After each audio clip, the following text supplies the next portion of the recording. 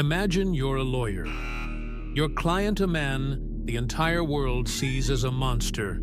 A serial killer leans in close during a private meeting and tells you a secret. But it's not just any secret. He tells you where he buried two more bodies. Two young women who are officially just missing. You know their families are trapped in that special kind of hell, holding on to the fading hope that their daughters might just walk through the front door one day. But your legal oath, the very foundation of the justice system, forces you to keep his secret. It binds you to silence. It means you have to walk past those same grieving parents in the courthouse, their faces carved with a pain you could end knowing you hold the one piece of information that could bring them a final, terrible peace. So what do?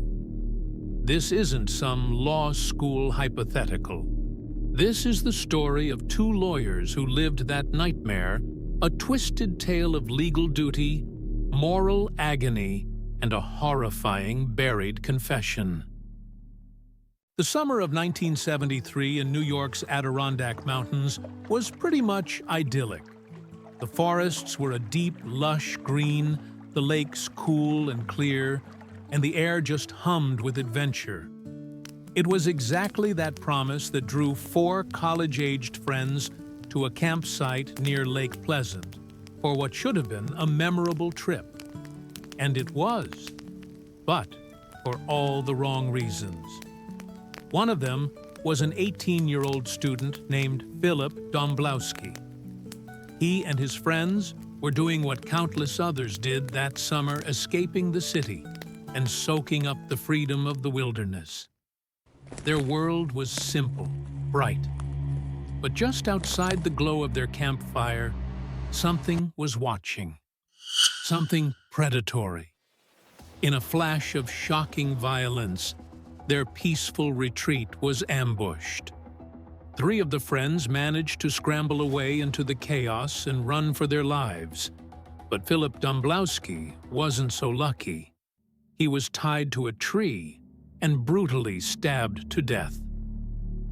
When the survivors reached the police, their terrified story painted a picture of a remorseless attacker, a phantom in the woods. The news sent a shock wave of fear through the tight-knit Adirondack communities. This was a place for vacation homes and family campsites, not random savage attacks. All of a sudden, the deep woods didn't feel like a sanctuary. They felt like a hunting ground. Police descended on the area, kicking off what would become one of the biggest manhunts in New York State's history. They were hunting a ghost, a man who seemed to know the terrain like the back of his hand, who could live off the land and just vanish.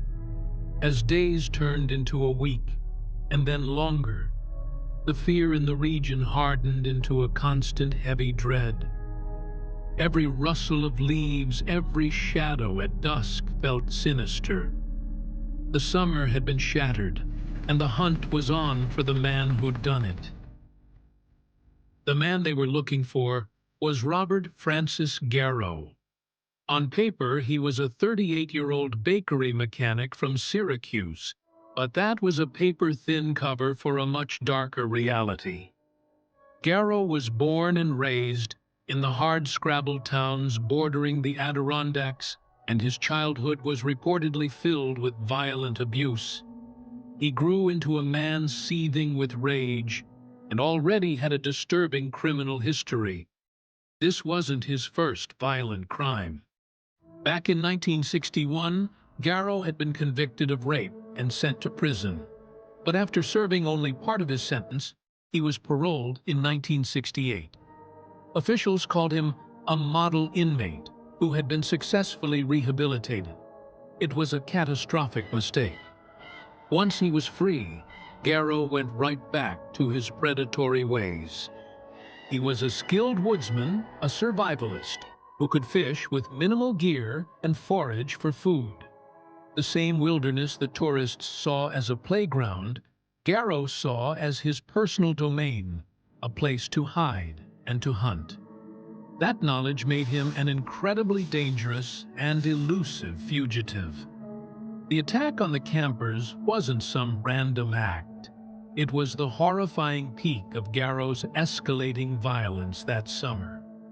Just before he murdered Philip Domblowski, he'd been charged with kidnapping and assaulting two young girls near Syracuse. He was also responsible for the murders of two other young women, 16-year-old Alicia Hawk and 20-year-old Susan Petz. He killed them in separate attacks, hid their bodies, and left their families to wonder what happened. So when Robert Garrow fled into the Adirondacks after killing Philip Domblowski, he wasn't just a suspect in one murder.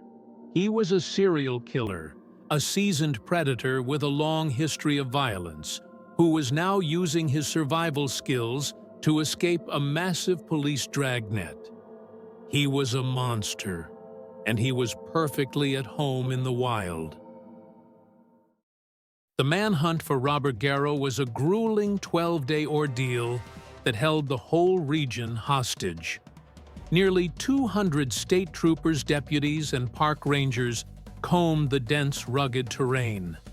They knew Garrow was a survivalist who could melt into the forest.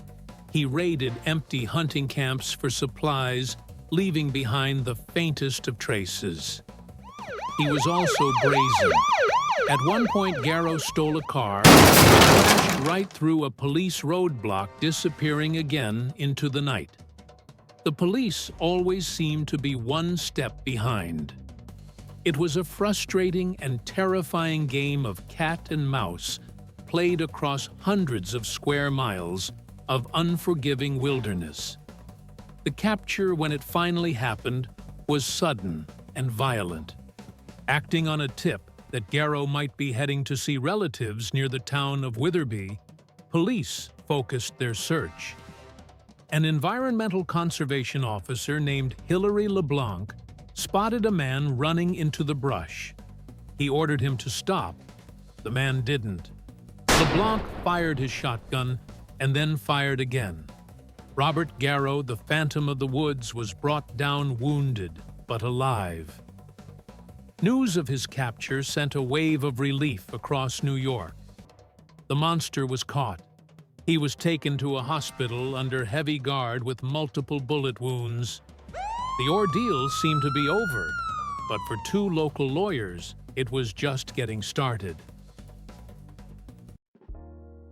Right after his arrest, Robert Garrow needed a lawyer, and he asked for a man named Frank Armani. Armani was a general practice attorney in Syracuse who'd handled some minor things for Garrow in the past. He was an ordinary lawyer, not some high-profile criminal defense specialist. Facing a murder trial, this huge Armani knew he needed help. He recruited his friend, another local lawyer named Francis Belge, to join him as co-counsel. Armani and Belge were appointed by the court to represent a man who was, by then, the most hated person in the state. It's the kind of case most lawyers dread. Defending a client the public has already decided is guilty is a thankless job, but it's a cornerstone of the American justice system. Everyone, no matter how awful the crime, is entitled to a defense. Armani and Belge were just doing their jobs. They started the long process of preparing for trial. They met with their new client, trying to understand the man behind the headlines and figure out a defense. They knew it would be tough, but they had no idea that their professional duty was about to crash into a moral crisis that would change their lives forever. They were about to become the keepers of an unspeakable secret, one that would put them right in the middle of a public firestorm and force them to make an impossible choice. In one of their meetings while preparing for the trial, Robert Garrow did something that completely changed the case and his lawyers' lives forever. He confessed.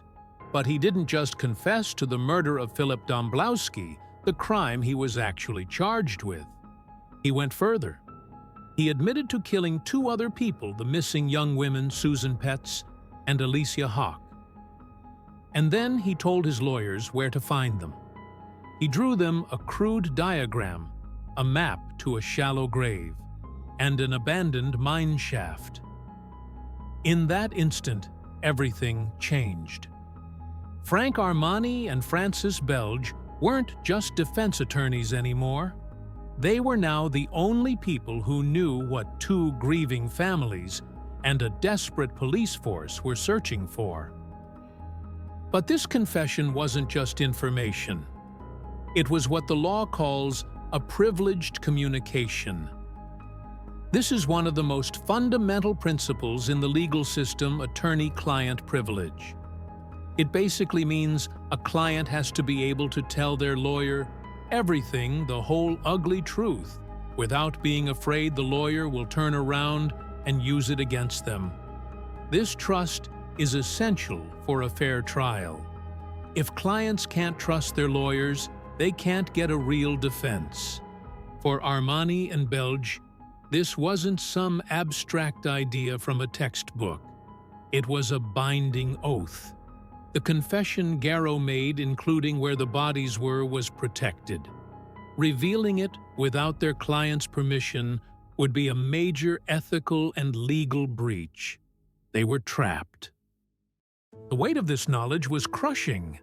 Was Garrow even telling the truth? Or was he a liar just trying to manipulate them? Armani and Belge felt they had to know. Following the crude directions their client had given them, they set out to see if his horrifying story was real. Francis Belge drove to a cemetery in Syracuse, where Garrow claimed he'd left Alicia Hawk's body. Walking through the quiet grounds, he found the spot Garrow described, and there he found her remains. To be certain to have proof, the lawyers took photographs. In a decision that would later put him in legal jeopardy, Belge even moved part of the body to get it all in the frame of the photo. Separately, they went to an abandoned coal mine. There, just as Garrow had said, they found the body of Susan Petz in a desolate air shaft. The secret wasn't just words spoken in a jail cell anymore. It was a series of ghastly images burned into their minds. It was the chilling, undeniable proof of their client's depravity. They now knew for a fact that he was a multiple murderer. And they knew where the missing girls were. They held the key that could end the agonizing uncertainty for the Petz and Hawk families. But the lock was forged from their code of professional ethics, a code that demanded their silence. The dilemma wasn't theoretical anymore. It was real, it was horrifying, and it was theirs alone to carry. While Armani and Belge were wrestling with their secret, the families of Susan Petz and Alicia Hawk were living in a state of suspended agony. Their daughters were gone. The police had nothing. There were just posters on telephone poles, fading photos in the newspaper, and the constant gnawing pain of not knowing. Every single day was a cycle of hope and despair. Every phone call, every knock on the door could be the news they both craved and dreaded. They organized search parties, begged the public for information, and held on to the slimmest of hopes that their daughters might still be alive. The pressure on law enforcement was intense, and some of that pressure naturally turned to the two men known to be talking to the prime suspect, Garrow's lawyers. Susan Petz's father, desperate for any shred of information, confronted Frank Armani at his law office. He looked the lawyer in the eye and begged him, asking if he knew anything at all about what happened to his daughter. For Armani, this was a moment of profound crisis. He knew He knew this man's daughter was dead. He knew where her body was, and he couldn't say a single word. The encounter was so agonizing that Armani refused to meet with Alicia Hawke's father, who also tried to contact him. In a particularly cruel twist, Armani realized he actually knew one of the victim's fathers from the courthouse, and that his own daughter was a classmate of one of the murdered girls. The professional dilemma had become deeply excruciatingly personal. He was forced to stand in silence the gatekeeper to a truth a father was begging for. The public's anger was a force of nature. In the small communities of upstate New York, Robert Garrow was seen as evil incarnate. By extension, the men who agreed to defend him, Frank Armani and Francis Belge, became targets of that same fury. This was the mid-1970s, right in the middle of the Watergate scandal, and public distrust of lawyers and the justice system was already sky-high. Armani and Belge weren't just disliked, they were hated. They were harassed, and they were threatened. Anonymous calls flooded their phone lines, and their mail filled with venom. People who were once friends and colleagues now crossed the street to avoid them.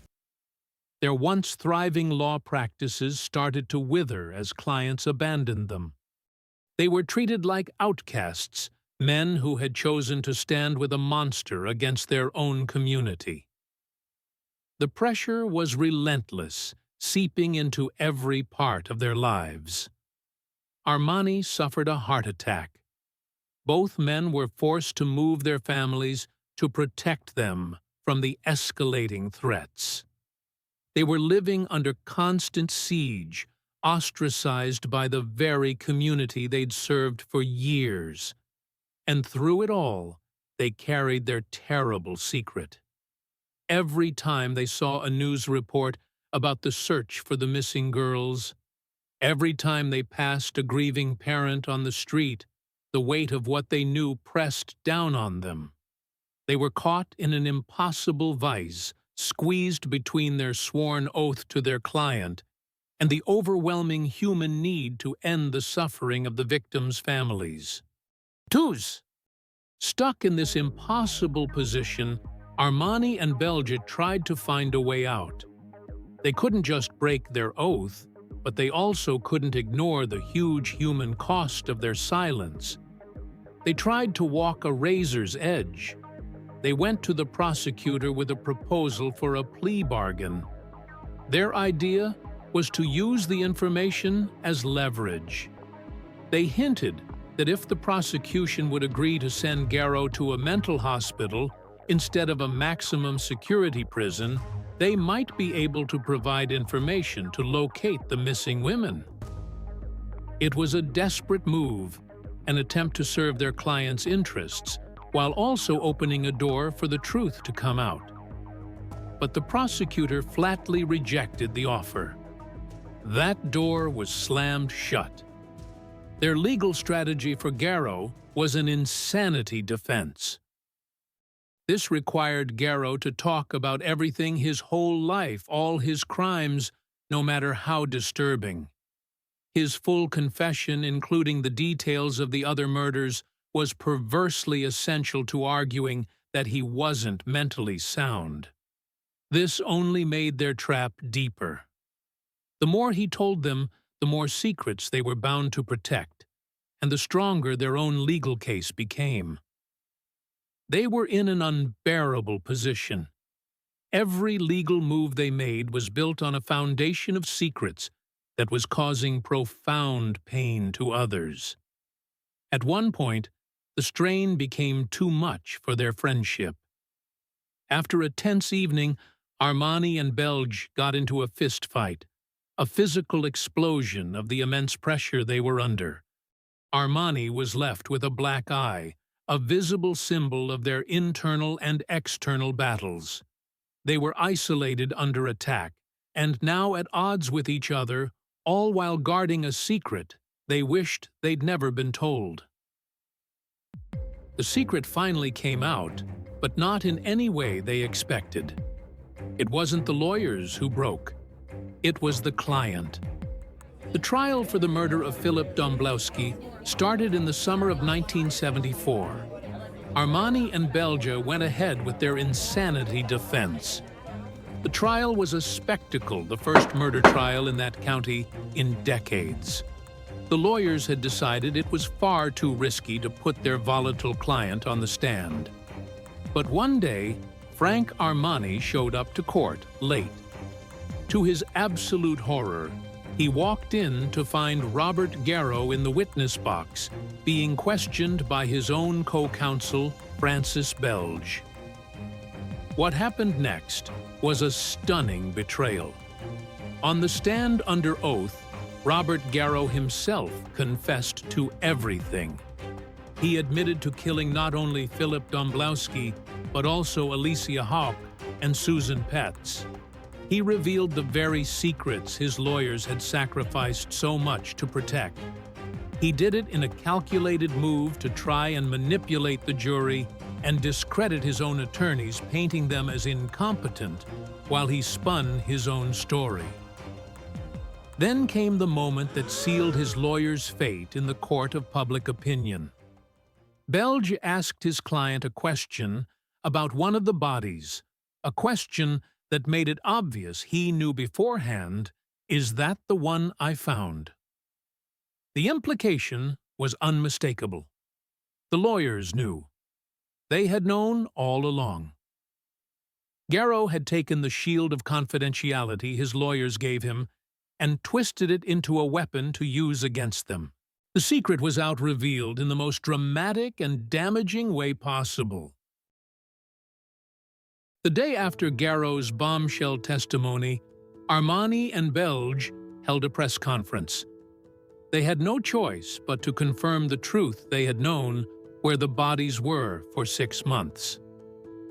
The public, which had been suspicious and angry, was now absolutely furious. The quiet condemnation turned into a roar of outrage. They knew all along. With the locations now, public authorities officially recovered the remains of Susan Petz and Alicia Hawk from the mine shaft and the cemetery. For the families, the discovery brought a final devastating end to months of uncertainty. That little sliver of hope they had clung to was gone, replaced by the grim reality of loss. It was a moment of profound grief, mixed with a horrible kind of relief. They could finally bring their daughters home. But that relief was quickly swallowed by anger directed at Armani and Belge. To the families and the public, the lawyers' loyalty to a legal principle seemed like a cold, heartless betrayal. The father of one of the victims was quoted saying that if it had been his daughter, he would have shot Armani. The lawyers who had agonized over their ethical duty were now seen as nothing less than accomplices to an act of prolonged cruelty. The public outcry demanded consequences. A grand jury was called to investigate the conduct of Frank Armani and Francis Belge. They faced criminal charges and the possibility of being disbarred.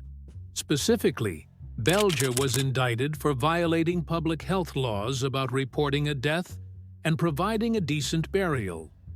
He was the one who had physically inspected the remains and moved them for a photograph. Armani was investigated but wasn't indicted. The case against Belge People versus Belge became a landmark test of attorney-client privilege. His defense was simple. His actions were completely protected by the confidential communications from his client. The National Association of Criminal Defense Lawyers even filed a brief supporting him, arguing that a conviction would shatter the trust that's essential to the entire legal system. The court had to weigh a minor public health law against a cornerstone of constitutional law. In the end, the judge made a ruling that while deeply unpopular was a powerful affirmation of legal ethics. The indictment against Belge was dismissed. The court actually praised him for his commitment to his professional duty, confirming that confidentiality was paramount, even when it leads to morally agonizing results. The Bar Association also investigated the ethics complaint filed by the victim's parents, and ultimately cleared both lawyers, finding they had acted properly under the code of conduct at the time. They had won in court. But the price of that victory was devastating. Legally cleared, but publicly crucified, the lives of Frank Armani and Francis Belge were in ruins. Their friendship, already pushed past the breaking point, was shattered. Belge, disgusted by the whole ordeal, quit practicing law and moved away. Armani's practice was destroyed, and the stress took a major toll on his health. He had lost his friends, his reputation, and his livelihood, all in service of an ethical principle the public couldn't understand or accept. It took him many years, but he slowly managed to rebuild his practice, though the scars of the case never truly faded. Robert Garrow was convicted of murder and sentenced to 25 years to life. But his story wasn't over. He faked being paralyzed from his capture wounds, a trick that eventually got him transferred to a medium-security prison for handicapped inmates. In September 1978, Garrow's son smuggled a handgun into the prison inside a bucket of fried chicken. Garrow, the supposedly paralyzed inmate, stood up from his wheelchair, climbed a fence, and escaped. When authorities searched his empty cell, they found a hit list. On it were the names Frank Armani and Francis Belge. This time, when the police came to Frank Armani, the rules were different. Garrow's escape and threat was a plan to commit a future crime which is not protected by privilege. Armani, the man who kept his clients' past secrets at an immense personal cost, now gave the police advice on where the fugitive might be hiding. 1. That information led authorities to a wooded area near the prison where they found Garrow. He was shot and killed during the confrontation. For Armani, the news of Garrow's death was, in his own words, one great relief.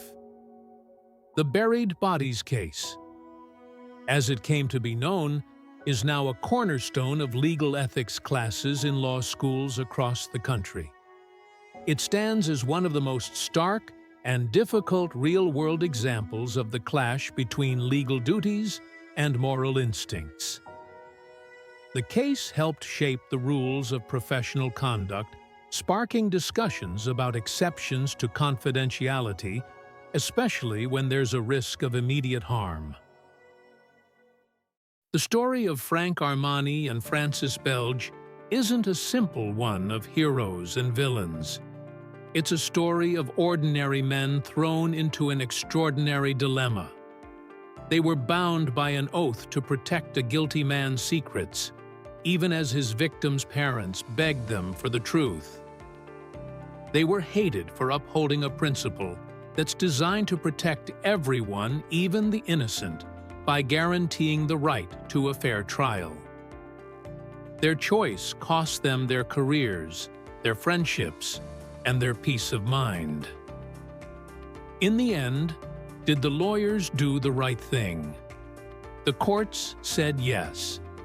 The public said no. The question is just as difficult today as it was in 1974. What would you have done?